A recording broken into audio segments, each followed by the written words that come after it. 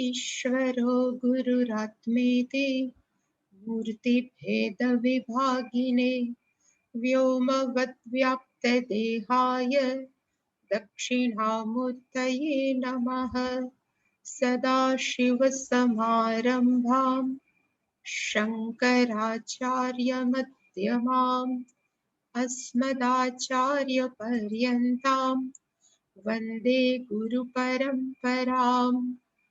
ॐ सहना भवतु सहनौ भुनक्तु सह वीर्यङ्करवावहै तेजस्विनावधीतमस्तु मा विद्विषावहै। ॐ शान्ति शान्ति शान्तिः। ॐ पार्थाय प्रतिबोधितां भगवता नारायणेन स्वयं व्यासेन ग्रथितां पुराणमुनिना मध्ये महाभारतम् अद्वैतामृतवर्षिणीं भगवतीम् अष्टादशाध्यायिनीम् अम्ब त्वामनुसन्दधामि भगवद्गीते भवद्वेषिणीम्। यं ब्रह्मा वरुणेन्द्ररुद्रमरुतस्तुन्वन्ति दिव्यैस्तवैः वेदैः साङ्गपदक्रमोपनिषदैर्गायन्ति यं सामगाः। ध्यानावस्थिततद्गतेन मनसा पश्यन्ति यं योगिनः यस्यान्तन्न विदुः सुरासुरगणा देवाय तस्मै नमः।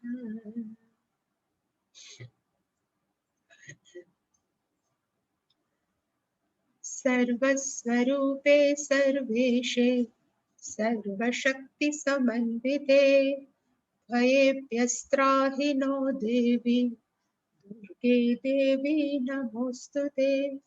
रोगानुशेषानपहंसि तुष्टा हृष्टा तु कामान् सकलानभीष्टान् त्वामाश्रितानां त्वामाश्रिता ह्यश्रयतां प्रयान्ति। सर्वाबाधा प्रशमनं त्रैलोक्यस्याखिलेश्वरी एवमेव त्वया कार्यम् अस्मद्वैरिविनाशनम्। सर्वस्वरूपे सर्वेशे सर्वशक्तिसमन्विते भयेभ्यस्त्राहि नो देवी दुर्गे देवी नमोऽस्तुते। रोगानुशेषानपहंसि तुष्टा हृष्टा तु कामान् सकलानभीष्टान् त्वामाश्रितानां विपन्नराणां त्वामाश्रिता ह्यश्रयतां प्रयान्ति। सर्वाबाधा प्रशमनं त्रैलोक्यस्याखिलेश्वरी एवमेव त्वया कार्यम् अस्मद्वैरिविनाशनम्। सर्वस्वरूपे सर्वेशे सर्वशक्तिसमन्विते भयेभ्यस्त्राहि नो देवी दुर्गे देवी नमोऽस्तुते। रोगानशेषानपहंसि तुष्टा हृष्टा तु कामान् सकलानभीष्टान् त्वामाश्रितानां त्वामाश्रिता ह्यश्रयतां प्रयान्ति। सर्वाबाधा प्रशमनं त्रैलोक्यस्याखिलेश्वरी एवमेव त्वया कार्यम् अस्मद्वैरिविनाशनम्।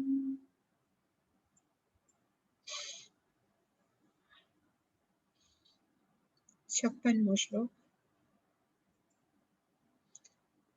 सर्वकर्माण्यपि सदा कुर्वाणो मद्व्यपाश्रयः मत्प्रसाददवाप्नोति शाश्वतं पदमव्ययम् चेतसा सर्वकर्माणि मयि सन्न्यस्य मत्परः बुद्धियोगमुपाश्रित्य मच्चित्तः सततं भव।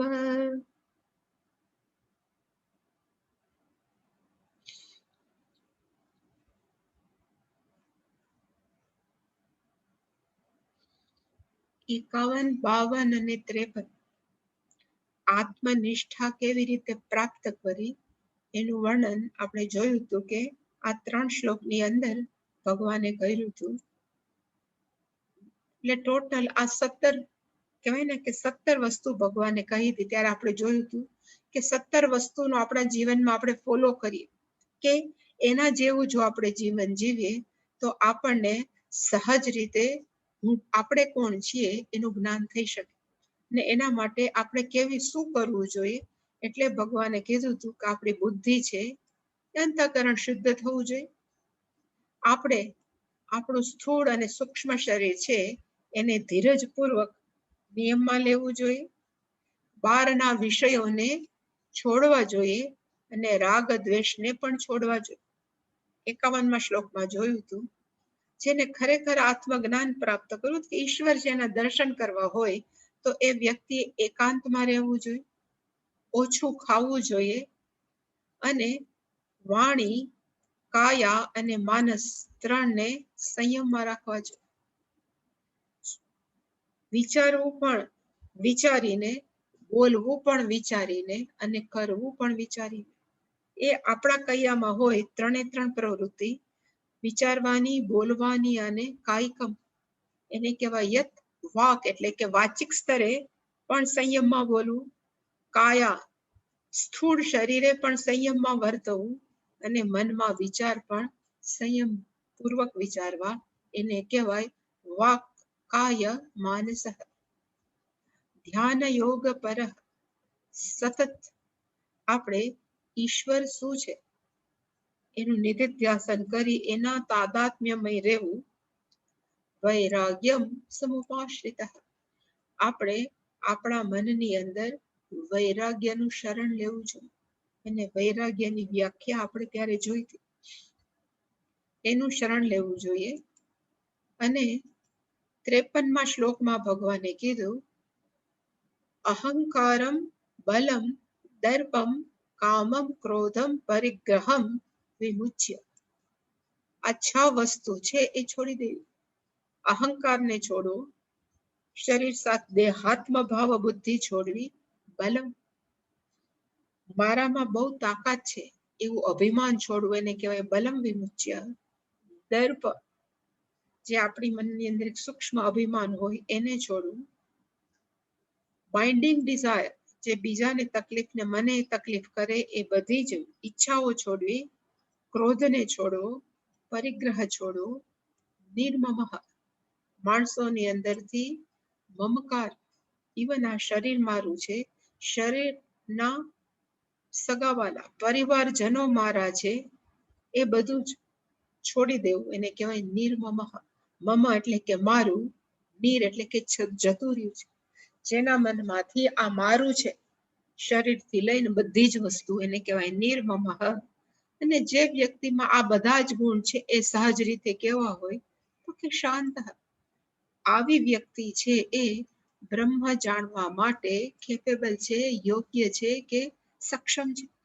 એ આપણે એમાં 53મા શ્લોકમાં જોયું હતું. અને એકવાર આ બધા જ ગુણો આપણામાં આવી જાય ને એ વ્યક્તિને આત્મજ્ઞાન થાય, એ વ્યક્તિ કેવી થઈ જાય, એટલે ભગવાને કીધું તું બ્રહ્મભૂત, પોતે જ બ્રહ્મ છે એવું એને સ્પષ્ટ સમજાઈ જાય. અને એ વ્યક્તિ છે એનું અંતઃકરણ છે હંમેશા પ્રસન્ન રહે, ન શોચતી, એ ક્યારે દુઃખી નથી થતી, અને કોઈ પણ વસ્તુનો અભાવ છે એવું ક્યારે એ વસ્તુને ઈચ્છતી નથી, ન કાંક્ષતી. સમઃ સર્વેષુ ભૂતેષુ, બધા જ પ્રાણીઓ પ્રત્યે એને સમાન ભાવના છે. મારું ચૈતન્ય તત્વ સર્વમાં છે. અથવા ઈશ્વર સર્વવ્યાપક છે અને બધામાં સમાન રીતે વ્યાપક છે, એવી રીતે જોવાનું. એને કહેવાય સમઃ સર્વેષુ ભૂતેષુ. આવી વ્યક્તિ છે પરામ ભક્તિમ લભતે, સર્વશ્રેષ્ઠ ભક્તિને પ્રાપ્ત કરે છે. પરામનો અર્થ થાય અલ્ટિમેટ, સર્વશ્રેષ્ઠ ભક્તિ. અને શંકરાચાર્યજીએ એનો 55મા શ્લોકમાં અર્થ કર્યો હતો જ્ઞાન નિષ્ઠા રૂપી ભક્તિ. અને ત્યારે આપણે જોયું હતું કે ભક્તિની વ્યાખ્યા કઈ છે, તો કે સ્વસ્વરૂપ અનુસંધાનમ ભક્તિ ઇતિ અભિધીયતે. પોતાના સ્વરૂપ સાથે અભિસંધાન રાખવું એને કહેવાય ભક્તિ. અને એકવાર એવી ભક્તિ પ્રાપ્ત થઈ જાય એટલે ભગવાને 55મા શ્લોકમાં એવું કીધું કે એ વ્યક્તિ શું કરે છે, તો કે ભક્ત્યા મામ અભિજાનાતિ. એ વ્યક્તિ એ જ્ઞાન નિષ્ઠાથી એ પરમ ભક્તિ વડે મને સારી રીતે જાણી શકે છે. અભિજાનાતિ મીન્સ સારી રીતે જાણી શકે છે. અને કેવી રીતે, તો કે યાવાન અસ્મિ તત્વતઃ, ખરેખર વાસ્તવિક સ્વરૂપે હું ઈશ્વર કે હું ભગવાન કેવો છું એને અભિજાનાથી, એ ભક્ત છે એ જાણી શકે. અને શંકરાચાર્યજીએ 2 અર્થ લખ્યા હતા કે તત્વતઃ ની અંદર 2 આવે કે ઉપાધિ સહિત ઈશ્વર કેવા છે. અને જ્યારે ઉપાધિ નથી, જગત રૂપી ઉપાધિ નથી, ત્યારે ઈશ્વર કેવા છે. ત્યારે એ ઈશ્વર છે અજહ, અમૃતઃ, અમરઃ, અવ્યય. એ ઈશ્વર છે. અને જ્યારે ઉપાધિ છે ત્યારે સમગ્ર જગત એ ઈશ્વર છે. એવી રીતે તત્વતઃ જાનાતિ, જે વ્યક્તિ ઈશ્વરને જાણી જાય છે એ વ્યક્તિ તદ અનંતરમ, એ પછી વિશતે, એ ચૈતન્ય તત્વની સાથે એક થઈ જાય છે. એવું 55મા શ્લોકમાં આપણે જોયું હતું. અને હવે પછીના જે 3 શ્લોક છે આપણે જોતા હતા કે ખરેખર એ વ્યક્તિ છે એને પોતાની જીવન કેવી રીતે જીવે. આત્મજ્ઞાન પ્રાપ્ત કરવા માટે કે આત્મજ્ઞાન પ્રાપ્ત થઈ ગયું છે એ વ્યક્તિ પોતાનું જીવન કેવી રીતે જીવે ત્યાં આપણે હતા.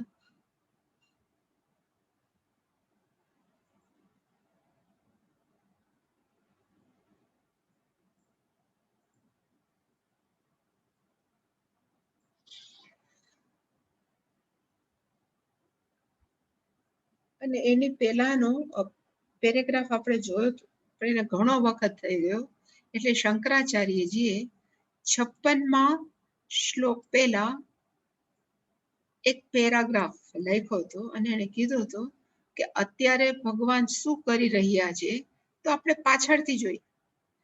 તો અહીંથી આપણે જોઈએ કે અધુના સ્તુયતે. નાવ, અધુના એટલે કે હવે ભગવાન છે શું કરે છે, તો કે વખાણ કરે છે, પ્રેઝ કરે છે, ઇઝ બીંગ પ્રેઝ. અને કોના વખાણ કરે છે, તો કે ભગવત ભક્તિ યોગ. ભગવાનની ભક્તિ એટલે કે કર્મ યોગ છે એને ભગવાન શું કરે છે, તો કે વખાણ કરે છે. અને શું કામ વખાણ કરે છે, તો કે અત્યારે 18મો અધ્યાય છે અને 18મો અધ્યાય છે હમણાં ટૂંક સમયમાં પૂરો થશે. ગીતા છે એ પૂરું થશે. એટલે કે શાસ્ત્ર અર્થ ઉપસંહાર પ્રકરણ.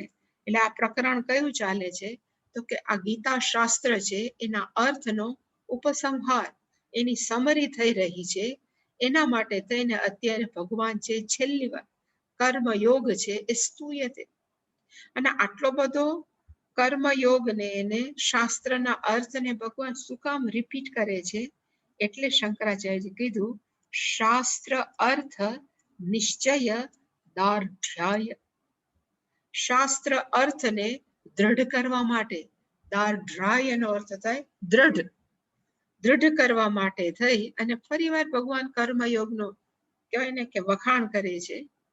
અને કર્મયોગ છે એનાથી શું થાય, માણસો એમ કે કર્મયોગ કરીએ છીએ, કર્મયોગ કરીએ છીએ, તો એ કર્મયોગથી શું થાય, તો કે કર્મયોગ છે એ જ આપણને મોક્ષ ફલ અવસાન, આપણને મોક્ષ રૂપી અંતિમ જ્યાં કહેવાય ને કે કર્મયોગ છે એ શું કહે છે, પર્યવસાનમ છે. કોનું, તો કે મોક્ષ રૂપી ફળનું. અને મોક્ષ એટલે કે કર્મયોગથી પ્રાપ્ત શું થાય તો કે જ્ઞાન નિષ્ઠા. યત નિમિત્તા જ્ઞાન નિષ્ઠા, યત નિમિત્તા એટલે કર્મયોગ નિમિત્ત રૂપે આપણને જ્ઞાન નિષ્ઠા પ્રાપ્ત થાય. જ્ઞાન નિષ્ઠા પ્રાપ્ત થવાથી આપણને મોક્ષ ફળ પ્રાપ્ત થાય. અને એ બધું કેનાથી પ્રાપ્ત થાય તો કે ભગવત ભક્તિ યોગ, ભગવાનની ભક્તિ કર્મયોગ કરવાથી જ આ બધું જ પ્રાપ્ત થાય. અને જે કેટલામાં 46માં આઈ થિંક શ્લોક હતો, સ્વકર્મણા તમ અભ્યર્ચ્ય સિદ્ધિમ વિંદતિ માનવ. એક શ્લોક બહુ પ્રસિદ્ધ છે, એને ફરીવાર શંકરાચાર્યજીએ રિપીટ કર્યો આમાં પેરેગ્રાફમાં. અને એને કીધું સ્વકર્મણા, પોતાના કર્મ વડે ભગવત ભગવાનની અભ્યર્ચના, આપણે એની અર્ચના કરીએ, એની પૂજા કરીએ. અને એ જ શું છે તો કે ભક્તિ યોગસ્ય સિદ્ધિ પ્રાપ્તિ. અહીંયા ભક્તિ યોગનો અર્થ થાય કર્મયોગ રૂપી ભક્તિ. માણસો માને છે કે કર્મયોગ જુદો અને ભક્તિ યોગ જુદો, પણ કર્મયોગ ત્યારે જ શક્ય છે જ્યારે ઈશ્વર ઉપર પ્રેમ હોય, જ્યારે આપણા જીવનની અંદર ઈશ્વર સમજાઈ જાય અને ઈશ્વરને પ્રેમ છે, એનું નામ જ છે ભક્તિ. એટલે કે કર્મયોગ અને ભક્તિ યોગ જુદા નથી. કોઈ પણ કર્મ છે ઈશ્વરના પ્રેમ ખાતર આપણે કરીએ, એનું નામ છે ભક્તિ યોગ. એટલે કીધું કે પોતાના કર્મ વડે ભગવાનને અર્ચના કરીએ કર્મની, એ જ શું છે તો કે ભક્તિ યોગસ્ય સિદ્ધિ પ્રાપ્તિ. એનાથી આપણા કર્મયોગની શું થાય છે તો સિદ્ધિ. અને સિદ્ધિનું ફળ કયું છે તો કે ફલમ છે જ્ઞાન નિષ્ઠ યોગ્યતા. એ વ્યક્તિ છે શું પ્રાપ્ત કરે છે તો કે જ્ઞાન નિષ્ઠા. અને જ્ઞાન નિષ્ઠા છે એ જ મોક્ષનું પર્યવસાન, એ ઇઝ અલ્ટિમેટ, અંતિમ છે મોક્ષ ફળ છે. એ અત્યારે ફરીવાર શું કામ ભગવાન વર્ણન કરે છે તો કે આપણને એકવાર એ જીવનની અંદર દ્રઢ થઈ જાય. દાઢ્રાય નો અર્થ થાય દ્રઢીકરણ કરનાર છે. આપણા જીવનની અંદર એ દ્રઢ થઈ જાય એના માટે થઈ 56, 57, 58 શ્લોક ભગવાન કહે છે. એટલે કે આ ત્રણે ની અંદર ફરી એકવાર કર્મયોગ સ્તુયતે મયા ઈશ્વરેણ, એટલે કે 56મા શ્લોકની અંદર ભગવાને પાછી વાત કરી કે સર્વ કર્માણી અપી, બધા જ કર્મ છે એ કુર્વાણ, સદા કુર્વાણ. માણસોએ શું કરવું જોઈએ તો કે સતત કરવા જોઈએ. સદા એટલે કે સતત, કુર્વાણ નો અર્થ થાય કરવા જોઈએ.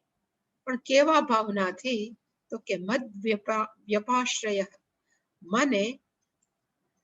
મને આશ્રિત થઈને, મારે શરણે થઈને માણસોએ સર્વ કર્માણી કુર્વાણ, માણસોએ સતત શું કરવું જોઈએ તો કર્મ કરતા જ રહેવા જોઈએ. અને એકવાર જો એ કર્મ કરતા જ રહે તો એનું ફળ કયું છે કે ભગવાન કે હું પ્રસન્ન થઈશ, હું એના ઉપર કૃપા કરીશ. મત પ્રસાદાત, મત પ્રસાદાત, એ પછી હું પ્રસન્ન થઈશ, હું એના પર કૃપા કરીશ. એટલે મત પ્રસાદાત નો તો થાય મારી કૃપાથી, મારી કરુણાથી, મારા આશીર્વાદથી જે વ્યક્તિ કર્મયોગ રૂપી જીવન જીવે છે એ શું પ્રાપ્ત કરશે તો કે પદમ અવાપનોતિ, એ શ્રેષ્ઠ ગતિ પ્રાપ્ત કરશે. અને શ્રેષ્ઠ ગતિ કઈ છે તો એના માટે ભગવાને બે વિશેષણ વાપરા. શાશ્વતમ પદમ, શાશ્વત નો અર્થ થાય નિરંતર, જેનો ક્યારે ન નાશ થાય. અવિનાશી, એ પદ કે એ ગતિ પ્રાપ્ત કરે છે, એ પદ નો અર્થ થાય ગતિ. અને એ પદ કેવું છે તો કે અવ્યય, અવયવ નો અર્થ થાય સેમ, જેનો ક્યારે નાશ ન થાય અને અવિનાશી છે. અને એ કયું છે તો કે આપણું પોતાનું સ્વરૂપ. અહીંયા પદમ નો અર્થ થાય કોઈ સ્થાન, પણ સ્થાન નથી. પદમ નો અર્થ થાય આપણું જ પોતાનું સ્વરૂપ. અને આપણું પોતાનું સ્વરૂપ એટલે કયું તો કે અહમ ઈશ્વરાત ન ભિન્ન, હું ઈશ્વરથી અલગ નથી. ઈશ્વર અને હું બંને એક જ છે. એને જ કહેવાય શાશ્વતમ અવ્યયમ પદમ, એ જ્ઞાન પ્રાપ્તિ, એ સમજણ એને જ કહેવાય પદમ. મહિરા પછીની ઘટના નહીં, while living only, જ્યારે જીવતા હોય ત્યારે જ આપણને આ જ્ઞાન પ્રાપ્ત થાય છે.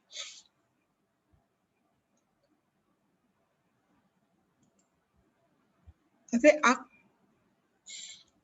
આ છે ને સર્વ કર્માણી અપી, આમાં સર્વ કર્માણી પછી એક શબ્દ છે અહીંયા અપી. અપી નો અર્થ થાય છતાં, સર્વ બધા જ કર્મ કરતા હોવા છતાં. તો અપી છતાં ભગવાને શું કામ લખ્યું? પણ.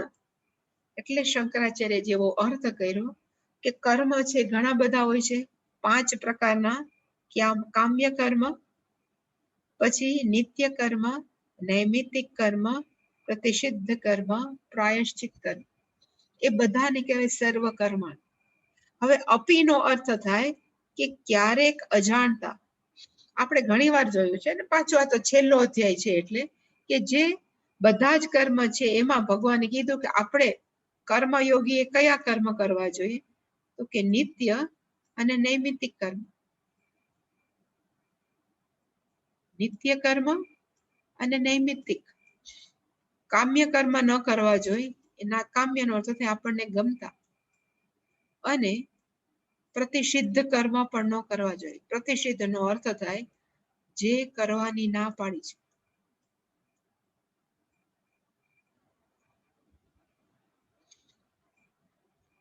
તો અહીંયા અપીનો અર્થ શું થાય? એટલે શંકરાચાર્યજીનું મંતવ્ય છે કે અપીની અંદર પ્રતિષિદ્ધ કર્મ નો અર્થ થાય નિષિદ્ધ કર્મ પણ આવી જાય. પ્રતિષિદ્ધ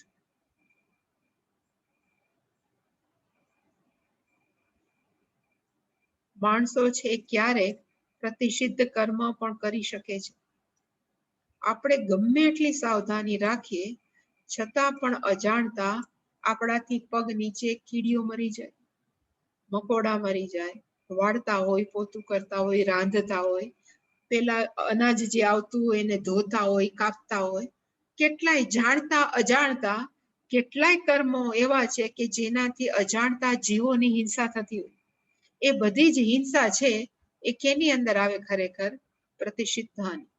જે ભગવાને કીધું છે કે ક્યારે કોઈને મારવાના, અહિંસા પરમો ધર્મ, છતાં પણ આપણાથી હિંસા થઈ જાય તો એ કેમાં કર્મ આવે? તો કે પ્રતિષિદ્ધ. ન કરવાના હોય છતાં પણ હિંસા થઈ જાય. પ્રતિષિદ્ધ કર્મની અંદર ઘણી વાર એવું છે કે સાચું બોલવું, ક્યારે ખોટું ન બોલવું, પણ આવું જાણતા હોવા છતાં પણ આપણે ખોટું બોલતા હોઈએ છીએ. અને કેવી રીતે ખોટું બોલતા હોય કે સપોઝ કોઈ પેશન્ટ છે જેને કહેવાય કેન્સર પેશન્ટ છે, જે લાસ્ટ સ્ટેજ ઉપર છે, 4th સ્ટેજ આપણે જે કહીએ ને કેન્સરનું. હવે ત્યાં જઈને આપણે સપોઝ એમ કહીએ કે ભાઈ હવે તો તમે કેન્સરના 4થા સ્ટેજ ઉપર છો, એમાંથી ક્યારેય પાછા ન આવો, હવે તો 1 મહિનો તો માંડ છે, પછી તમે છૂટી જશો. સાચું વાક્ય છે, છતાં પણ એ આપણે એના કરતા જો આપણે કહીએ કે ભાઈ હમણાં સારું થઈ જશે, ભગવાનની દયા થાય બધું થઈ જાય, આપણે ખોટું બોલીએ છીએ. ખોટું બોલવું પ્રતિષિદ્ધમાં આવે છતાં પણ એ ક્યારેક સાચું પણ હોય છે. એટલે કે સાચું ખોટું એવરીથિંગ ઇઝ રિલેટિવ. શાસ્ત્ર એમ કે છે બધું કેવું છે? તો કે આપેક્ષિક છે. એટલે એવા કર્મો ધારો કે આપણાથી થઈ જાય, પણ એ કર્મ જે ખોટા કર્મ, પ્રાણીઓની હિંસા અજાણતા થઈ જાય, એ હિંસા પણ આપણે મદ વ્યપાશ્રય, ભગવાન કહે છે કે જો મારા શરણે રહીને એ પ્રતિષિદ્ધ કર્મ થઈ જાય તો એનાથી એને ક્યારે પાપ પ્રાપ્ત થતું નથી. કારણ કે છતાં પણ એ વ્યક્તિ કર્મ કેવા ભાવનાથી કરે છે? તો કે ઈશ્વરને સમર્પિત કરવાની ભાવનાથી. એ શંકરાચાર્યજીએ એના પેરેગ્રાફ એવું લખ્યું છે. સર્વાણી કર્માણી, સર્વ કર્માણી, એની અંદર કઈ આવી ગયું? તો કે પ્રતિષિદ્ધાની અપી. કોઈ પણ કર્મયોગી છે, ઘણી વાર કહું છું છતાં પણ કહું કે કર્મયોગ છે એ કોઈ પર્ટિક્યુલર કર્મ નથી. કર્મયોગ છે લાઈફસ્ટાઈલ છે, જીવન જીવવાની પદ્ધતિ છે. અને એ જીવન જીવવાની પદ્ધતિની અંદર હું કોઈ પણ કામ કરું છું એ કેવી ભાવનાથી, તો જે શંકરાચાર્યજીએ લખી છે ને એ સ્વકર્મણા અભ્યર્ચ છે. બધા જ કર્મ છે એ કેવા છે, તો કે ઈશ્વરને સમર્પિત કરવાની ભાવનાથી, અને બધા જ ફળનો સ્વીકાર કેવી ભાવના છે, તો કે ઈશ્વરની પ્રસાદી. એ જે આપણા મનનો એક મેકઅપ, માણસો છે ને બહેનો કે ભાઈઓ કરે છે, શરીરના મેકઅપ કરે, કહેવાય ને કે રૂપાળા થાય, કોઈ પણ બહાર જવું હોય તો મેકઅપ કરે, એટલે કે પાવડર જે થતું હોય બહેનો મેકઅપ કરે. એક બહારનો મેકઅપ છે, એક આંતરિક મનનો મેકઅપ છે. અને મનનો મેકઅપ એટલે કયું, તો કે આપણા મનની અંદર એવા જ વિચારો હોય કે એ વિચાર કરવાથી એ સતત આપણા મનમાં રહે કે હું કર્મ કરું છું કોના માટે, તો કે ઈશ્વર માટે. કોઈ પણ કર્મ, સર્વ કર્માણી, પછી વાળવું ચોળવું, ઓફિસમાં જવું કે વોટ એવર, એ બધા જ કર્મ છે કેવા ભાવનાથી, એટલે ભગવાને લખ્યું કે મદ વ્યપાશ્રય, મને આશ્રિત થઈને, પણ એનો અર્થ થાય મને શરણમાં રાખી. હું એના એટલે કે કર્મયોગી માને છે કે હું ઈશ્વરના શરણમાં છું, એવા ભાવનાથી જે કર્મ કરે એને કહેવાય કર્મયોગ. છે એ એક જીવન છે, એ પર્ટિક્યુલર કર્મ નથી. એટલે કે મત વ્યપાશ્રય, અને ખાલી કર્મ નહીં પણ કર્મનું રિઝલ્ટ પણ, આપણે જે કર્મ કરીએ એનું ફળ તો આપણને મળવાનું જ છે, અને જે મળતું રહે છે એ પણ શું છે, તો કે ઈશ્વરની પ્રસાદ.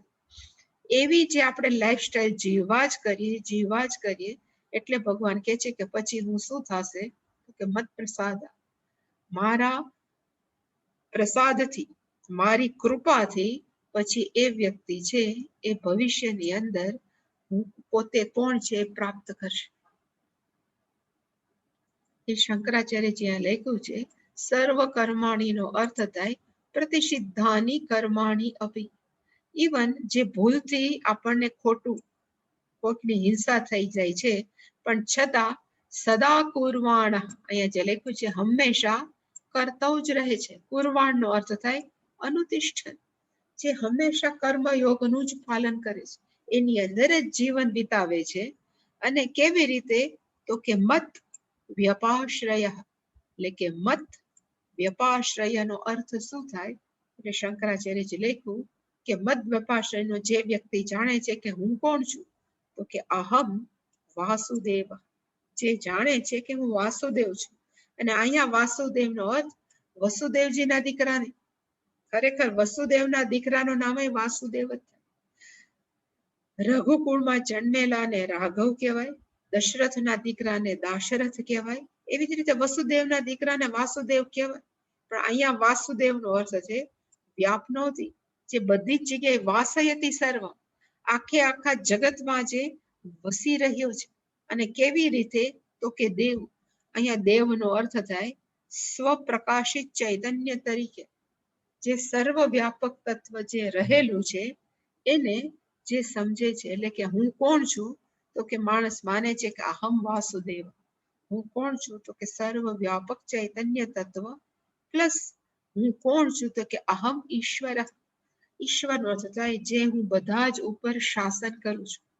ઈશનો અર્થ થાય ઈશતી, શાસન કરોથી. અને કેવી રીતે ભગવાન શાસન કરે, તો કે ચૈતન્ય તત્વ છે તો એની સન્નિધિની અંદર બધા જ વ્યવહાર થાય. એવી રીતે ભગવાન શું કરે છે, તો કે શાસન કરે છે. એને જે શાસન કરે છે એના ઉપર જે સંપૂર્ણ આશ્રિત છે, વ્યપાશ્રય, જે એને જ પોતાનો આશ્રય માને છે, એને જ પોતાનો અલ્ટિમેટ સ્થાન માને છે, એવા વ્યક્તિને કહેવાય સહ મદ્વ્યપાશ્રય.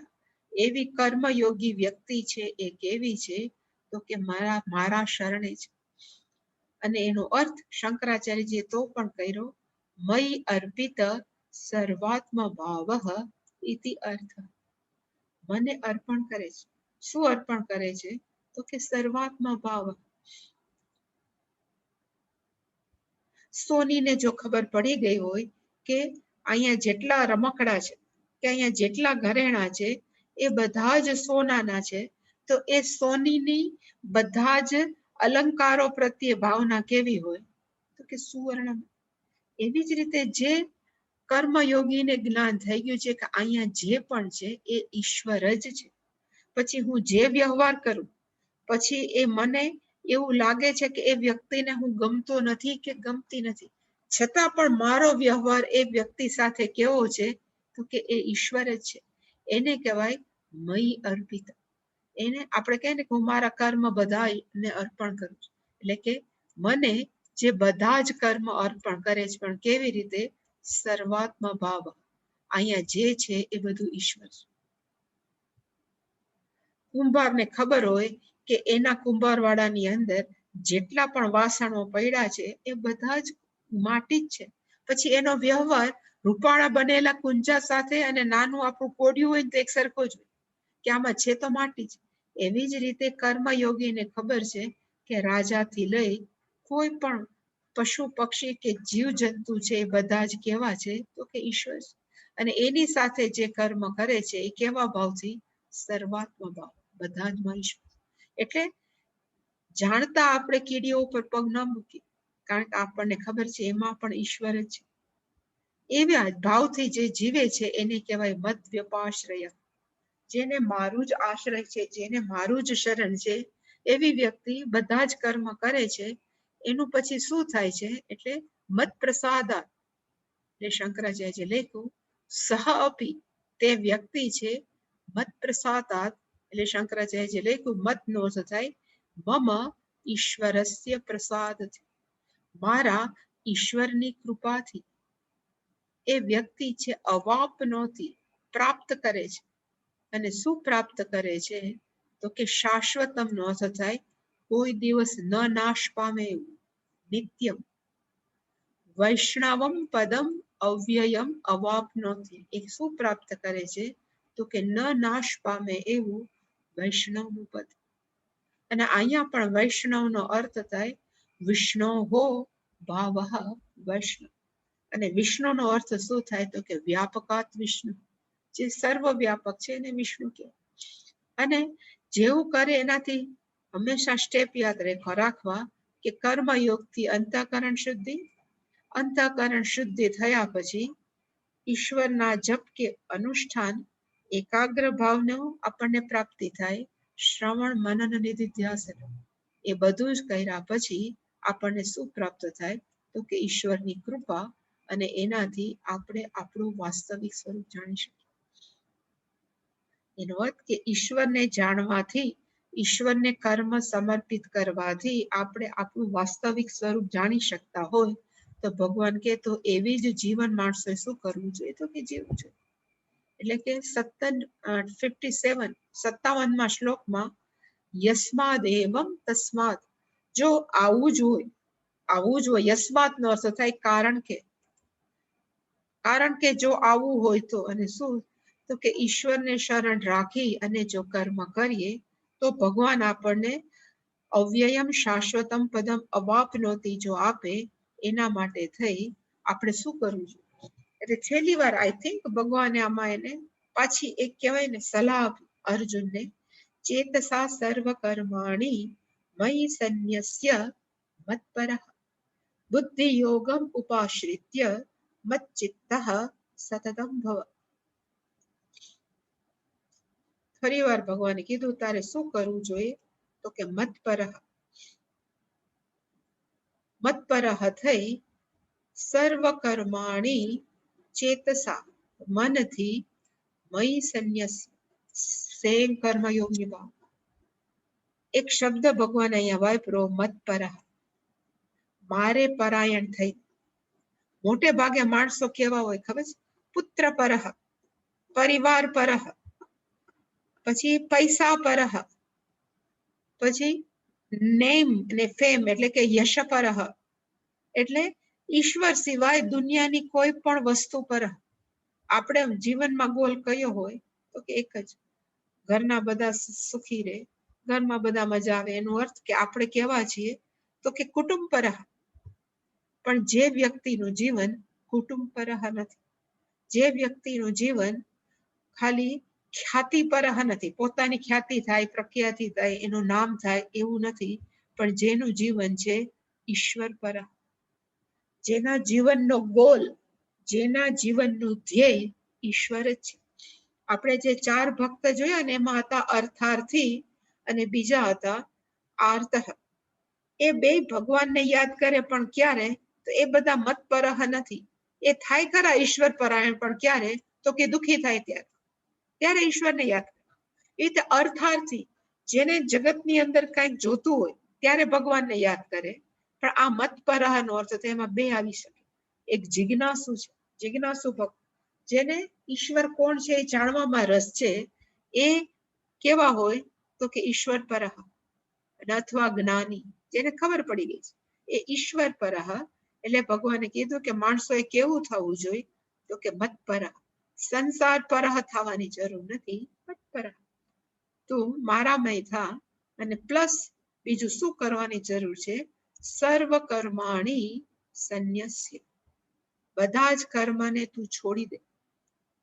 અને કોના ઉપર છોડ? તો કે મય. તું મને અર્પણ કર. સંન્યાસ થાય છોડી દે, ત્યાગ કરો. કોની અંદર ત્યાગ કરો? આપણે કહીએ તો કે તું મારી અંદર ત્યાગ કર. જે છે એ બધું કોને આપી દે? તો કે મારામાં ત્યાગ કર. તો એ કીધું કે લિટરલી તો કેમ આપ, હું તમને બધું કેવી રીતે આપી શકું? એટલે ભગવાને કીધું ચેતસા. બધા કર્મ કેવી રીતે અર્પણ કરવાના? તો કે ફિઝિકલી નહીં, શારીરિક રીતે બધા કર્મ અર્પણ કરવાની જરૂરી નથી ને શક્ય પણ નથી. આપણે સવારે ઉઠીને ભગવાનને ફૂલ ચડાવીએ, પણ પછી ઘર વાળતા હોય ને આપણે એમ કહેવાય કચરો ભગવાનને સમર્પયામી, એ લિટરલી સાચું નથી. ભગવાનને કચરો સમર્પિત ન કરાય, પણ વાળતી વખતે આપણે એમ કહી શકીએ કે હું ઘર એટલે ચોખ્ખું રાખું છું કે જેથી કરીને આ ઘરની અંદર ભગવાનનો વાસ થાય. તો એને કહેવાય ચેતસા. વિવેકપૂર્વક આપણે વાળવાનું કર્મ છે કોને આપ્યું? તો કે ઈશ્વરને સંન્યાસ, ઈશ્વરને આપ્યું. પછી એવી જ રીતે આપણે સપોઝ કુકિંગ કરતા હોય, રાંધતા હોય, તો રાંધતા પણ આપણે કહીએ કે હું બધા જ કર્મ કરું છું. અત્યારે રાંધવાની અંદર કેટલાય નાના મોટા હોય, એમાં શાકભાજી કાપવાના, ધોવાનું, કરવાનું, એ બધા જ કર્મ છે હું કોને આપું છું? તો કે હું ત્યાગ કરું છું. કોને આપું છું? તો ઈશ્વરસ્ય સંન્યાસ, ઈશ્વરને હું ત્યાગ. એટલે કે અહીંયા ચેતસાનો અર્થ થાય સમજણપૂર્વક, વિવેકપૂર્ણ. આપણા જીવનની અંદર શું હોવું જોઈએ? તો કે વિવેક. જે પણ કર્મ કરું છું હું કોને આપું છું? તો કે ઈશ્વર. એવી ભાવનાથી માણસોએ શું કરવો જોઈએ? તો કે ત્યાગ કરવો જોઈએ.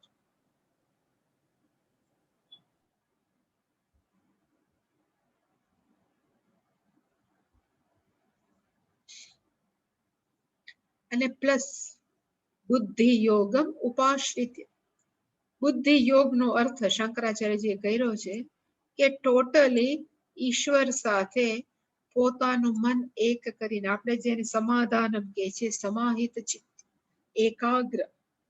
એટલે કે એકાગ્રપણે ઈશ્વરને સંપૂર્ણ એકાત્મ થઈને મચ્ચિત્ત, તારું મન છે એને તારે શું કરવાનું છે? તો કે મારામાં રાખવું છે. સતતમ મચ્ચિત્ત ભવ. ઉપાશ્રિત્ય, ઉપાશ્રિત નો અર્થ થાય મનને એકદમ સમાધાન કરી, એકદમ શાંત કરીને મારામાં ચિત્ત આપી સતતમ ભવ. તું મને ચિત્ત આપનારો થા, તું બની જા. સતતમ ભવ, મે યુ બીકમ. તું બની જા. શું બની જા? તો કે મચ્ચિત્ત. તું સતત મારામાં ચિત્ત રાખવા વાળો બની જા. એને કહેવાય ભવ, મે યુ બીકમ મચ્ચિત્ત. જેવી રીતે મતપરહ, એવી જ રીતે મચ્ચિત્ત. કારણ કે ઘણી વાર શું થાય છે કે આપણને સવાર સાંજ ભગવાનને યાદ કરીએ, પ્રાર્થના વખતે યાદ કરીએ, પછી ભૂલી જાય. અમુક તો કહેવાય ને કે અમુક ધર્મોની અંદર શુક્રવારે યાદ કરે, અમુક છે રવિવારે યાદ કરે, ત્યારે જ ભગવાનને યાદ કરવા. એવું નથી. ભગવાન કહે છે સતત 24 કલાક, દિવસ ને રાત તારું મન છે એમ કેમાં રાખવાનું જોઈએ? તો કે મચ્ચિત્ત ભવ. તારું મન છે, તારું ચિત્ત છે એ મારી સાથે જ હોવું જોઈએ.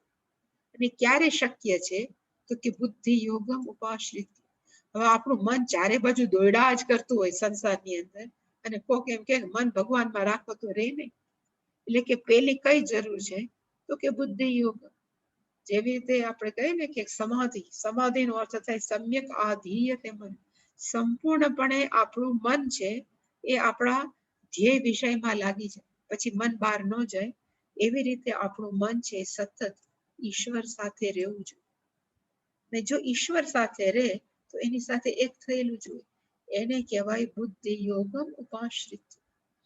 કે આપણે સમજણપૂર્વક આપણા મનને ઈશ્વર સાથે એક કરી અને તારું તું છે એ સતત, તારું મન છે એ મારામાં રાખ, સતતમ ભવ. કેટલી વાર મેં એકચ્યુઅલી કહેવાય ને કે મેં ઉદાહરણ આપ્યા. આજે એક જુદું ઉદાહરણ આપ કે માં છે અને જેનું બાળક છે એ 5-6 મહિનાનું, એ માં કદાચ અત્યારના જમાનાની અંદર જોબ કરવા જતી, 5-6 મહિના થયા એટલે સર્વિસ કરવા તો જવું જ પડે. એ સર્વિસ કરવા જતી હોય તો એ માનું મન છે ને બાળક સાથે જ હોય. એને ઉઠવું હશે, નાયું હશે કે જે ધ્યાન રાખવાનું, વારે વારે ફોન કરીને પૂછતી પણ હોય કે પેલું બાળક કેમ છે. એનો અર્થ થાય મચ્ચિત્તઃ સતતમ. ત્યાં એ માનું મન ક્યાં છે તો કે કહેવાય બાલચિત્ત. એ માણસનું મન, એ માનું મન ક્યાં છે તો કે બાળક સાથે. એવી જ રીતે પહેલાના જમાનાની અંદર એક એક્ઝામ્પલ આપવામાં આવતા કે હવે તો પાણી કે આપણે ભરવા જતા નથી. પેલા તો બહેનો છે કુવામાં જાતી કે નદીએ જાતી, તો ઉપર 2-3 ડોલ કહેવાય ને ગાગર રાખી હોય, કાંખમાં ગાગર રાખી હોય અને એક કાંખમાં છોકરું રાખ્યું, બધા સાથે વાતો કરતી કરતી જતી હોય તોય માથા ઉપર હેલ રાખી હોય ને પડે નહીં. એ શું કામ ન પડે? તો વાત કરતી હોય ને છતાં એ બહેનોનું એક ધ્યાન છે એ બેલેન્સ રાખવામાં હોય કે ઉપર જે પાણી ભરેલું ગાગર છે એમાંથી પાણી આડું કે છલકાઈને પડતું તો નથી. એ ક્યારે શક્ય હોય? એને કહેવાય બુદ્ધિ યોગમ ઉપાશ્રિત. એનું મન છે એ પાણી ભરેલી ગાગર સાથે કેવું થઈ ગયું છે તો કે એક થઈ ગયું છે, એની સાથે મળી ગયું છે. એને કહેવાય સમાહિત, સમાધાન. એવી રીતે આપણે કોઈ પણ કર્મ કરીએ ત્યારે આપણું મન કેવું થઈ જાય તો કે ઈશ્વર સાથે. એની કહેવાય બુદ્ધિ યોગમ ઉપાશ્રિત. એટલે કે મચ્ચિત્તઃ અને મત્પરઃ, આ બધા જ શબ્દો ભગવાન અહીંયા વાપર્યા છે. બહુ ઉપયોગી, એટલે કે અત્યંત મહત્વના છે, કે હાઈલી ઇમ્પોર્ટન્ટ, કે આપણે આપણું જીવન કર્મયોગ રીતે જીવવું તો કેવી રીતે જીવવું. શંકરાચાર્યજી આ પાછો આ શ્લોક સમજાવે છે. એ બહુ ડિટેલમાં એટલે નથી જતા કે કીધું કે અનેક વાર મેં આ સમજાવી દીધું. ચેતસા નો અર્થ શંકરાચાર્યજી લખ્યો કે વિવેક બુદ્ધિયા, પોતાની વિવેક બુદ્ધિ વડે, એને કહેવાય ચેતસા. વિવેક બુદ્ધિ વડે સર્વ કર્માનું, બધા જ કર્મ, તે બધા જ કર્મોની અંદર ક્યાં ક્યાં કર્મ આવી શકે એટલે શંકરાચાર્ય લખ્યું સર્વ કર્માણીનો અર્થ થાય દૃષ્ટ અદૃષ્ટ અર્થાની. બધા કર્મનો અર્થ થાય એક. બધા જ કર્મના 2 પ્રકારના ફળ મળે, જ્યાં ઘણી વાર કહીએ છીએ એક દૃષ્ટ ફળ અને બીજું છે અદૃષ્ટ ફળ.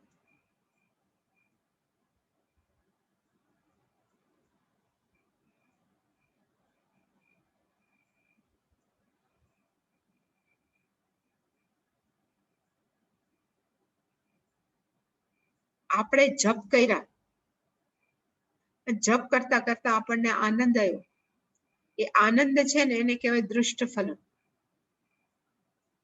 બહુ ભગવાનની પૂજા કરવાની મજા આવ્યો. આપણે ભગવાનની પૂજા કરતા હોય, આપણે એમ કહીએ છીએ પૂજામાં બહુ આનંદ આવ્યો. એ જે આનંદ આવે ને એને કહેવાય પૂજાનું દ્રષ્ટ ફલમ. આપણને શું થયું તો કે કરેલા કામનું દ્રષ્ટ ફલમ, તરત દૃષ્ટ તથા ઇમિડિયેટ, તરત ફળ મળ્યું. પણ જે પૂજા કરી હોય એનું અદૃષ્ટ ફળનું નામ કેવું છે તો કે પુણ્ય. એવી જ રીતે કોઈ અનુષ્ઠાન લીધું કે ભાઈ હું આટલા 108 વિષ્ણુ સહસ્ત્ર કરીશ, કરતા હોય ત્યારે આપણને આનંદ થતો હોય મારાથી કેવા સરસ જપ થાય. તો એ કરતા હોય એ જે આનંદ થાય એને કહેવાય દૃષ્ટ ફલમ. એને કહેવાય દૃષ્ટ ફલમ. અને એમાં એ અનુષ્ઠાન કરવાથી આપણને જે પુણ્ય પ્રાપ્ત થાય એને કહેવાય અદૃષ્ટ. આપણે ઈચ્છીએ કે ન ઈચ્છીએ આપણા ખાતામાં જમા થાય ને થાય. કે કોઈ પણ કર્મના એક તરત આપણને ફળ મળે અને એક પછી ફળ મળે. તરત ફળ મળે એને કહેવાય દૃષ્ટ ફલમ, ઇમિડિયેટ ફલમ, અને પછી મળે એને કહેવાય અદૃષ્ટ. એવી જ રીતે આપણે જ્યારે કર્મ યોગ રૂપી જીવન જીવીએ કે હું બધું જ કર્મ કરું છું, કોના માટે? તો કે ઈશ્વર માટે. ઈશ્વર માટે, ત્યારે આપણને આનંદ તો થતો જ હોય. અને દૃષ્ટ ફળ કયું? તો કે દૃષ્ટ ફળનો અર્થ થાય અંતઃકરણ શુદ્ધિ.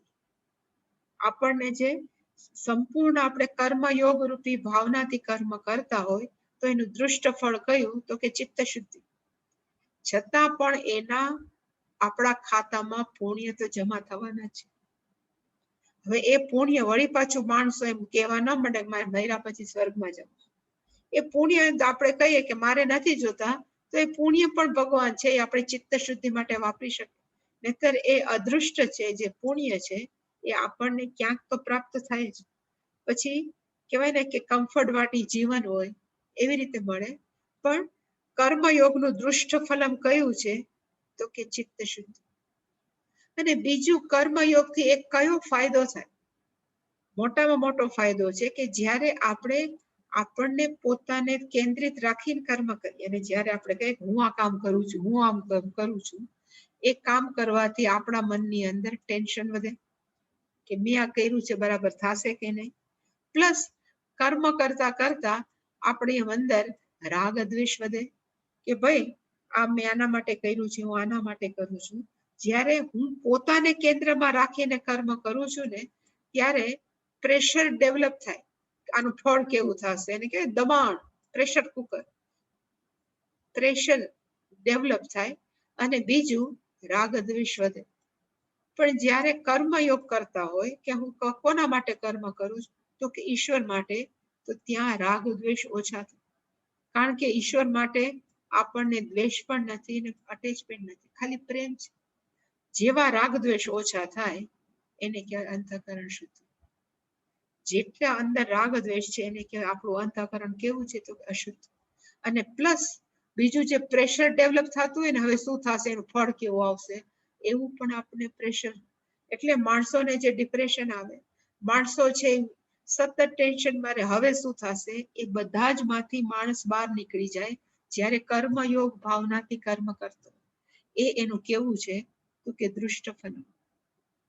દૃષ્ટનો અર્થ થાય ઇમિડિયેટ રિઝલ્ટ. આપણું મન કેવું થઈ જાય? હળવું.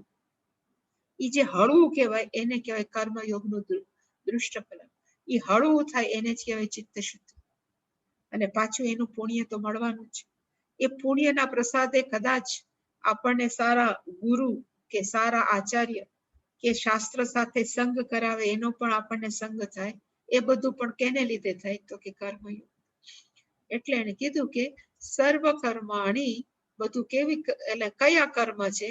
તો કે દૃષ્ટ અદૃષ્ટ અર્થાત ઇમિડિયેટ રિઝલ્ટ. કર્મ કરવાનું કે પછીનું રિઝલ્ટ છે એ બધા જ કર્મના ફળ છે એ હું કોને અર્પણ કરું છું?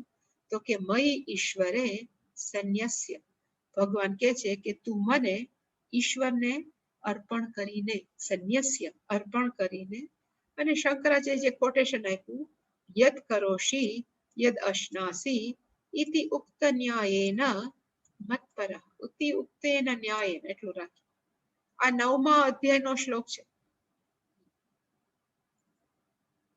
અને કયો છે? તો આ છે, યદ કરોષી યદ અશ્નાસી યદ જુહોષી દદાસી યદ તત્ પશ્યસી કૌંતેય તત્ કુરુષ્વ મદર્પણ. કોઈ પણ કર્મ કર. યદ કરોષી, તું જે પણ કર. યદ કરોષી નો અર્થ થાય જે પણ કર્મ કર. યદ અશ્નાસી અર્થ થાય તું જે પણ ખાચ, આપણે જે જમતા હોય, ઇટિંગ, ખાતા હોય. યદ જુહોષી, ત્યારે જે યજ્ઞ કરતા હતા, જે યજ્ઞ કરતા હોય એની અંદર જે ઓફર કરતા હોય, જવતલ. દદાસી, કોઈ પણને આપણે અર્પણ કરતા હોય, દાન કરતા હોય. યદ દદાસી, જો તું કોઈ અર્પણ દાન કરતો હોય, યજ્ઞ કુંડમાં કઈ હોમતો હોય, કોઈ આપણે ખાતા હોય કે કોઈ પણ કરતા હોય, ઇવન યદ તપસ્યસી, કોઈ પણ તપ કરતા હોય, કોઈ પણ કર્મ છે, ભગવાન કે છે તત્ કુરુષ્વ મદ અર્પણ. કોઈ પણ કર્મ છે એ તારે શું કરવાની જરૂર છે? તું મને અર્પણ કર. અને જેટલું ઈશ્વરાર્પણ બુદ્ધિથી કર્મ કરીએ ને એટલું મન હળવું, અને જેટલું હું કરું છું, મને કોક કરે છે એ ભાવથી આપણે કર્મ કરીએ ને કર્મના ફળ સ્વીકારીએ એટલું આપણું હૈયું વધારે ને વધારે ભારે. મારું હૈયું બહુ ભારે થઈ ગયું. શું કામ થયું? કારણ કે આપણે માનીએ છીએ કે હું કરું છું. એકવાર છોડી દે, જે કરે છે ભગવાન કરે છે. હમણાં અમે અમદાવાદ ગયા હતા.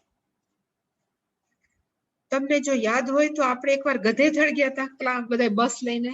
નાગવદર ઓલા લાલ બાપુ છે જે ગાયત્રીના ઉપાસક છે, એકવાર બસમાં, અને આપણને મળ્યા નહોતા ત્યાં, કારણ કે 7 વાગ્યા પછી બહાર આવતા હતા. હવે એ બાપુનું અમદાવાદની અંદર એક નાનું ઓપરેશન હતું, એટલે અમદાવાદ હતા, અને એ ઓપરેશન એ આપણા ભાઈએ જ કર્યું હતું. એટલે ક્યાં ઉતરાય અમને ખબર હતી. એટલે અમે કીધું કે અમે એને મળવા જઈએ. અને પૂછ્યું જે ભાઈની ઘરે ઉતરાતા, એટલે પેલા લાલ બાપુએ કીધું કે આવી શકે. એટલે પછી અમે એને મળવા ગયા હતા. 2.5 કલાક જેટલો એની સાથે સત્સંગ કર્યો. એની અંદર એને એક વાત કરી કે જ્યારે હું ગાયત્રીનું અનુષ્ઠાન કરતા, અને પેલા લગભગ એને જયારે 1.25 કરોડનું અનુષ્ઠાન કર્યું ને ગાયત્રીનું, ત્યારે એ અંધારી ગુફાની અંદર બહાર જ નહોતા નીકળ્યા. અંધારી ગુફાની અંદર જ કર્યું. અને એ કહેતા કે અંધારી ગુફા હતી તો એમાં વીછી નીકળે, એની અંદર નાના નાના સાપ નીકળે. તો હું શું કરતો, તો કે એક ચીપિયો રાખ્યો હતો અને એક કાણા વાળું વાસણ રાખ્યું, પતરાનું ડબલા જેવું. વીછી નીકળે એટલે ચીપિયાથી પકડીને એને નાખી દઉં અંદર ડબલામાં. એવું જેટલા નીકળે એને નાખ્યા કરું. સવારે જે મને આપવા આવે ને નાસ્તો કરવા કે જમવાનું, એને હું પાછું આપી દઉં ડબલું, ખાલી કરી આવે બહાર, પાછું મને આપે. એવી રીતે એને 12 વર્ષ કર્યું, 1.25 કરોડ. અને પ્લસ એને કીધું કે મને બહુ ઊંઘ આવતી. આ બધું સાંભળવા જેવું છે કે જયારે મને બહુ ઊંઘ આવતી, ચોટલી રાખે છે, વાળ બાંધીને ઉપર ચોટલી રાખે. તો કે મને બહુ ઊંઘ આવે એટલે હું શું કરું, તો કે મારા વાળને બાંધું દોરી સાથે, અને એ દોરી ઉપર બાંધી દઉં. એટલે જેવું ઝોલું આવે એટલે વાળ ખેંચે એટલે ઊંઘ ઉડી જાય. એટલે જેવી ઊંઘ ઉડે પાછો જપ કરવામાં. એવી રીતે મેં સતત 1.25 કરોડ ગાયત્રીનું અનુષ્ઠાન છે એ કર્યું. એને કહેવાય કે એને બધા જ કર્મ છે યદ કરોશી યદ અજ્ઞાશ. અને કે મને એવું નહોતું કે હું કરું છું, મને એમ થયું કે માં પ્રસન્ન થાય, ભગવાન પ્રસન્ન થાય, એટલે જ હું કર્મ કરતો. એને કહેવાય કે ચેતસા સર્વ કર્માણી મયી સંન્યસ્ય. અને બાપુની જે આપણે કહીએ તો એની બુદ્ધિ કેવી છે, તો કે મતપરા, ઈશ્વર પરાયણ છે. અત્યારે પણ એવા છે, તો ત્યારે તો કેવા હશે. એવી રીતે જે બધા જ કર્મ છે મને અર્પણ કરે. અને પછી મતપરહ નો અર્થ શું થાય, એટલે શંકરાચાર્યએ કીધું કે મતપરહ નો અર્થ થાય કે અહમ વાસુદેવ પરહ યસ્ય તવ સત્વમ મતપરહ. હું કોણ છું? ભગવાન પોતે કહે છે કે હું વાસુદેવ છું, અને હું વાસુદેવ જેના માટે અંતિમ છું. પરહનો અર્થ થાય અલ્ટિમેટ, જેના માટે અંતિમ છું એને કહેવાય મતપરહ. જેના જીવનમાં મારા સિવાય બીજું કોઈ નથી, એને કહેવાય મતપરહ. એટલે કે આવી બધી વિભૂતિઓ, જેને પોતાનું જીવન માત્ર ભગવાનને સમર્પણ કર્યું છે, એને કહેવાય મતપરહ. એટલે તારે પણ ભગવાન કહે છે, અર્જુન તારે પણ શું થવાનું જરૂર છે, ત્વમપી, તું પણ મતપરહ, મારા પરાયણ થા. તારો એક જ ગોલ હોવો જોઈએ કે તારા જીવનમાં કોણ હોવું જોઈએ, તો કે ઈશ્વર. એનો અર્થ નથી ઘર છોડી દેવું, પાછું હું કરું, પણ આપણામાં કેન્દ્ર બુદ્ધિમાં આપણા મનની અંદર કોણ હોવું જોઈએ. જેવી રીતે માના કેન્દ્ર ભૂમિની અંદર બાળક છે તો એ બધા કામ કરે છે. જેવી રીતે પનિહારીનો કેન્દ્ર ક્યાં છે, તો કે પાણીનું છલકાઈ ન જવું જોઈએ, છતાંય હાલવાનું કામ કરે, વાત કરવાનું, એને કહેવાય મતપરહ. એ શબ્દ બહુ સરસ, એટલે કે વ્યક્તિએ કેવું થવું જોઈએ, તો કે મતપરહ સન. અને બુદ્ધિ યોગ, જે અંદર ભગવાને શ્લોકમાં લખ્યું છે ને, બુદ્ધિ યોગમ ઉપાશ્રિત્ય. તો બુદ્ધિ યોગનો અર્થ શું થાય, જે મેં વાત કરીએ કે બુદ્ધિનો અર્થ થાય સમાહિત બુદ્ધિત્વમ. સમાહિતનો અર્થ થાય મનની અંદર બધું જ શાંત થઈ જાય. જેને સમાધાનની વ્યાખ્યા ખબર છે, શમદમ સમાધિ, જે સમાધિ ષટક સંપત્તિની અંદર એક સમાધાન આવે છે. સમાધાનનો અર્થ થાય ચિત્તસ્ય એકાગ્રતા. ત્યાં એવું કહ્યું છે. એટલે કે જેની બુદ્ધિ છે કેવી થઈ ગઈ છે, ટોટલ રિઝોલ્વડ ઇંગ્લિશમાં કહેવાય, સંપૂર્ણ ઈશ્વરમય બની ગઈ છે, એને કહેવાય સમાહિત બુદ્ધિ. એવું જેનું બુદ્ધિ યોગ, એવા બુદ્ધિ યોગનો તારે શું કરવો જોઈએ? તો કે આશ્રય લેવો જોઈએ, એને શરણ થવું જોઈએ. જેના મનની અંદર એક જ હોય, અને કોણ છે? તો કે ઈશ્વર. કે તમ બુદ્ધિ યોગમ આશ્રય, ઉપાશ્રિત નો અર્થ થાય આશ્રય કરી. જેવી રીતે મીરાબાઈ એમ કે ને કે મારા જીવનમાં ગોપાલ સિવાય કોઈ નથી, જેવી રીતે નરસિંહ મહેતાએ કીધું કે મારા જીવનમાં કૃષ્ણ સિવાય કોઈ નથી, એને શું કહેવાય? તો કે બુદ્ધિ યોગ આશ્રય. જેના જીવનમાં ઈશ્વર સિવાય બીજું કોઈ નથી. અને એનું બીજું નામ છે અનન્ય શરણત્વ. જેના જીવનમાં ઈશ્વર સિવાય બીજું કોઈ શરણ નથી, બીજું કોઈ નથી, એને કહેવાય બુદ્ધિ યોગમ ઉપાશ્રિત્ય. એક શબ્દ છે અન્ય. અન્યનો અર્થ થાય બીજું. સપોઝ અહીંયા હું લખું કે અન્ય, અન્યનો અર્થ થાય બીજું.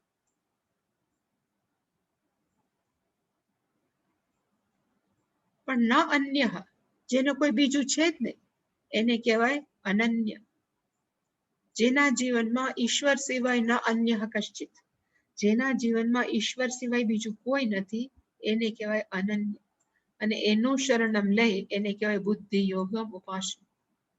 આ બધા શબ્દો નાના નાના છે, પણ એ આખી લાઈફ એના જીવન જીવી નાખીએ ને તો એ ઓછી. એટલે કીધું કે તું માત્ર તારા જીવનની અંદર મારું જ શરણ હોય એવો તું થા. અને એને કીધું કે મચ્ચિત્ત, મચ્ચિત્ત સતતમ ભવ. એટલે what is the meaning of મચ્ચિત્ત? એટલે ભગવાને કીધું મયી એવમ ચિત્તમ યસ્ય સહ યસ્ય તવ સહ ત્વમ મચ્ચિત્ત. એટલે કે જેનું મન મારામાં જ સતત છે, મયી એવ ચિત્તમ યસ્ય, જેનું મન, જેનું ચિત્ત મારામાં જ છે, એને કહેવાય ત્વમ મચ્ચિત્ત. તું કેવો થઈ જા? મારી અંદર ચિત્ત વાળો.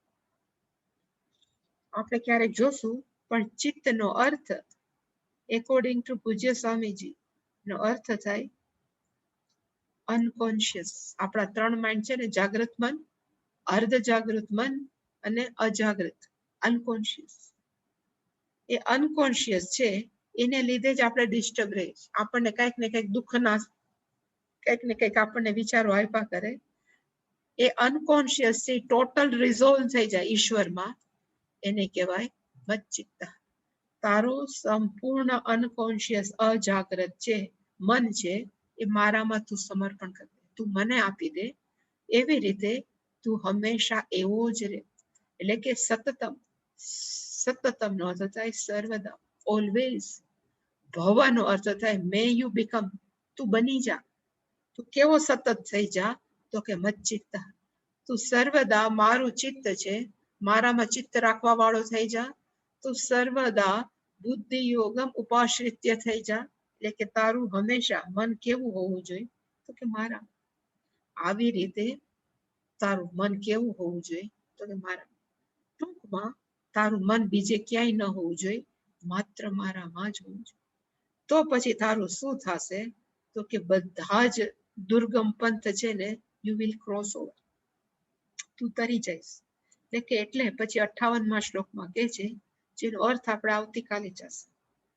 મચ્ચિત્ત સર્વ દુર્ગાણી મત પ્રસાદાત તરિષ્યસી અથ ચેત્વમ અહંકારાત નશ્રોષ્યસી વિનશ્યસી.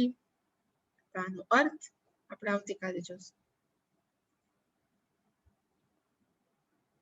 કોઈ પ્રશ્ન?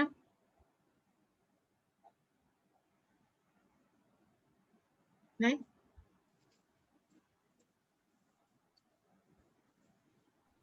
માતાજી, બોલો. આને લગતો પ્રશ્ન નથી, પણ સત્સંગ ચાલુ હોય ને હા, ત્યારે ઘણીવાર ફોન આવે અને અમારે અનિવાર્ય હોય કે જવાબ દેવો હોય, તો અમારે બહાર નીકળીને પછી વાત કરાય કે ચાલુમાં વાત કરીશ? એવું હોય તો અનિવાર્ય હોય તો વાત કરવી જ પડે. નહીં એટલે તો મારે આમાંથી એપ્લિકેશન બંધ કરીને પણ કરવું પડે? એ તો મને નથી ખબર. એટલે આમાંથી બહાર નીકળી જવું પડે કે તમને ડિસ્ટર્બ થાય હું બોલતો ના, હોઉં? મને કઈ ડિસ્ટર્બ ન થાય. તમે એ તો બહાર નીકળો, હું ડિસ્ટર્બ ન થાવ. મને કઈ સંભળાય નહીં તમારી ફોન ની વાત ક્યારે. અચ્છા, કરી હરિ ઓમ પૂર્ણમદઃ પૂર્ણમિદં પૂર્ણાત પૂર્ણમુદચ્યતે પૂર્ણસ્ય પૂર્ણમાદાય પૂર્ણમેવાવશિષ્યતે. ઓમ શાંતિ શાંતિ શાંતિ. હરિ ઓમ શ્રી ગુરુભ્યો નમઃ. હરિ ઓમ.